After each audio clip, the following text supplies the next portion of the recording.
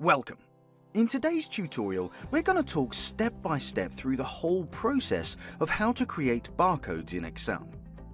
Barcodes are used everywhere, and today we'll see how to create standard barcodes which will be recognized by any barcode scanner. Shall we? Based on a code that contains numbers as well as letters. Let's have a look at how to do it using these three examples. First, make sure that the column containing the codes is formatted as text, which is necessary for the correct display of codes beginning with 0. To make sure the data conversion from a code to the barcode runs smoothly, we'll need to add brackets to the existing code, but this needs to be done in a special way.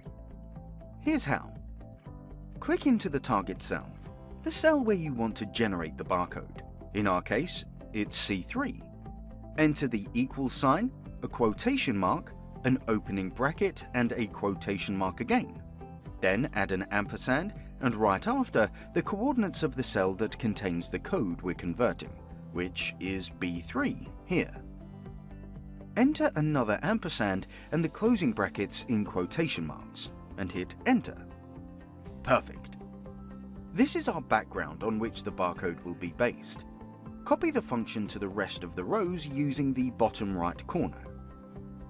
What's left to do is change the font in the column barcode to the font ID Automation HC38M. And here we go with the barcode. Simple, quick, and easy. The function is dynamic, which means any change in the source code will show on the barcode. For example, if we change the 0 in B3 to 8, the data in column C will refresh automatically, and a new barcode will be generated based on the changed code. But before you go ahead to create some barcodes, it might be a good idea to check whether you've got the font which converts simple codes into barcodes installed in your computer. It's best to check the font list first. If you can't find it there, you most probably need to install it. If this is the case, keep watching. We're going to have a look at how to install the barcode font quickly and for free, so you could use it right now.